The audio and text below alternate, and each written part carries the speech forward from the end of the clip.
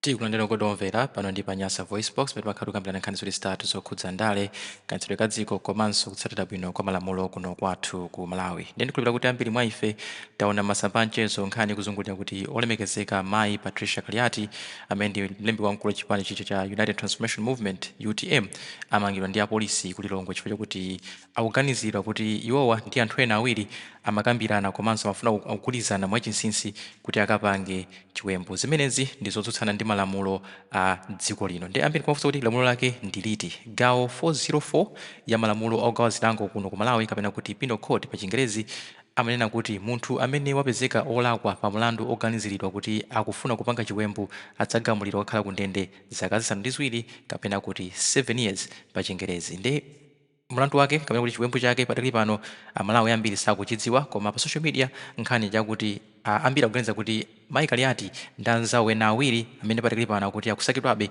akutiwa ndithu Kaliati amangidwa chifukwa chakuti akuganizidwa kuti amafuna kupanga plani yopha munthu. Izi singati Nyasa VoiceBox sitikudziwa chifukwa chakuti chiwembu sikupha munthu kokha, pali zambiri ndithu zimene anthu amakhoza kupanga zimene zili ziwembu. For example, number 1, kuba ndi mfuti chimene chonso ndi chiwembu, kugwiririra mwana kapena kugwiririra munthu chimene chonso ndi chiwembu, kuotcha nyumba ndi chiwembu, kutchula nyumba ndi chiwembu, kapenanso kummenya munthu modetsa nkhawa, zimene zonso zikhoza kukhala chiwembu. Ndipo padakali pano sitikudziwa kuti Kaliati amafuna kupanga chani chimene apolisi akuti ndi chiwembu. Ndi Kaliati anzawo ife Nyasa VoiceBox tikuona ngati kuti Kaliati sanamangidwe choti amakonza chiwembu chopha munthu chifukwa chakuti mlandu okonza chiwembu chopha munthu umene wonso ndi mlandu paokha umene wapezeka pa gawo 227 ya penal code umatchedwa kuti conspiracy to murder kapena kuti kukhala pansi ndi kupanga plani yopha munthu. Conspiracy to murder umene uli mlandu paokha gawo 227 ya malamulo a Malawi penal code. Ndiye chimene chikudziwa chotiwa ndithu padakali pano akungoganiziridwa sikuti apeza olakwa akuganiziridwa ndipo nkhani yawo